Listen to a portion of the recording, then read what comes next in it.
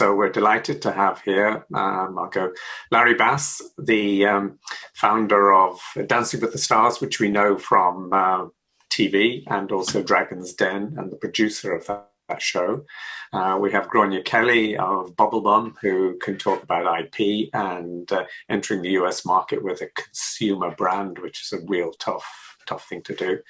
And then we've got Peaches Kemp, who together with her sister Dominique has founded Itza, which originally was It's a Bagel, and runs a variety of food brands and different distribution methods in the food business. And then finally, Julian Costley. Julian is from the UK, although he's been here many times. He's after many years, he's back in a security startup around big data, but his original claim to fame was that he founded E-Trade in the fintech area with Herman Hauser, and they sold it on the London market for 100+ million. But Julian, give us, you're coming from London now, I hope, and yep. Along with Johnny, I'm the token foreigner on your on the whole of the event. I have to say, I know we don't have a lot of time, but I wish I had the entrepreneur experience when I was starting businesses a lot of time ago, because I bet everybody who in your seasoned panel has been sort of motivated.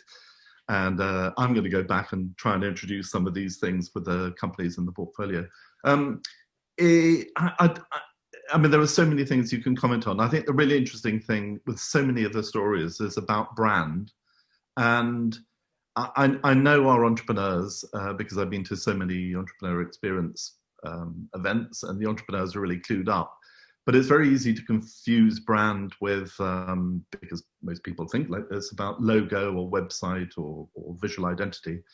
But of course, a brand is a combination of two things. It's the proposition, it's what you actually do, and the personality, the way in which you deliver it. And it was really interesting. Neil McGrath and Tom Gannon yesterday were talking about the Kali Kali, food product.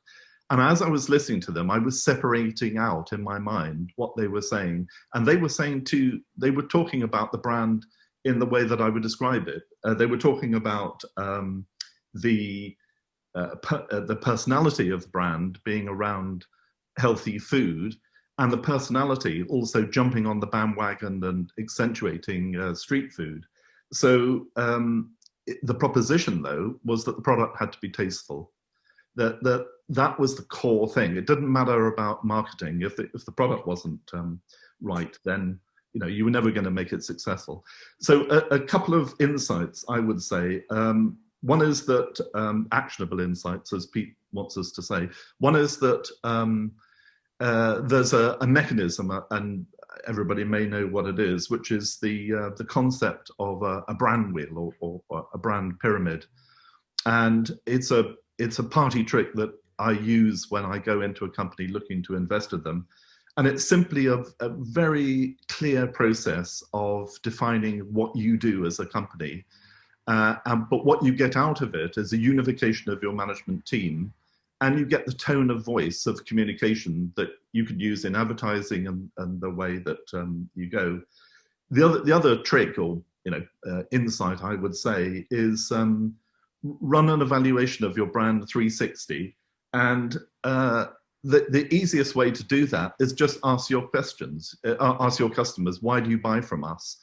And they will give you those two things. They will give you objective response. So they'll say, your product works really well, it never breaks down, the service is, you deliver exactly when you say you would in the contract. But the other aspect is, they'll tell you things about, your staff are so passionate, or the way you run your customer service is so good. So the trick I'm saying is, it's very easy. Whatever you do, you've got to look for the hard facts of what you do, and you've got to look for the character. And the last thing I would say on brand is, brand is like a stick of rock. You know what I mean? Like Brighton Rock. The lettering goes all the way through. And you've got to remember that the more you remember the core of what you're trying to do, and feed it back into your team and talk to your team about it the whole time, the better the chance that the brand is going to grow and strengthen over time. And Julian, for you, the culture and the finance angle on things that we several people talked about it, Brian, Andrew, and building those skills. And many companies have it in their accountant, but they haven't internalized it and this behavior. Those insights, how do you do that? Well, just dealing with the culture part first. I mean, the good news, there's lots of good news over the last couple of days, but the good news is that building the culture from the ground up is a hell of a lot easier than moving in as a management buy-in team, and I'll come back to it in a second, an acquisition. And it was really good. Brian Crowley was talking about psychometric testing just now this morning, and it was such a good insight. And if you want one simplistic, party trick, it's really your culture. If you espouse the culture as the leader, as the founder of the company, you can propagate that culture so easily by making sure that you recruit the right people, because it's the people that espouse the culture of the company. And I remember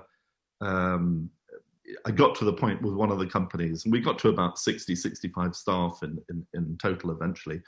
And I felt sort of really pleased that I stopped interviewing, having a short interview with anybody that joined the company, because I just felt really confident that all my managers had got it, in terms of what the culture was, and therefore they were spreading the culture so perfectly, right up to the moment that we bought another company. And everything about that company was great, financial trading, dovetailing of products, but they were a real pain in the neck of a group of people. Their culture was so wrong, we just didn't see it at acquisition. So I've got another, as I like to say, party trick for all our entrepreneurs, an actionable insight. And that is that I think if you start from the premise of writing down all of the cultural aspects that you think you have as a company, and I bet everybody does this, and they write down, and I've written down the obvious ones, so like we're honest, we're fair, we're open, we're likable, we're caring. Yeah, that's brilliant. But actually what you need to do is write down in what way, what's the practical aspect of that cultural aspect? How do we actually put it in place? If you just take the fair one, for example, are we fair on pricing? Are we fair on our customer contracts? Are we fair on this? And that's the way to expose it. So the thing that my pet hate is these terrible hotel foyer mission statements where they put up some drippy comment about how they care for their customers. Well, obviously that's just rubbish. And going through the process of dragging out what the real cultural issues is I would suggest the way to do it. Can't remember the other question, Michael. Something about money. That's okay. When we have a sweet pint when everything unlocks, we can talk about that one.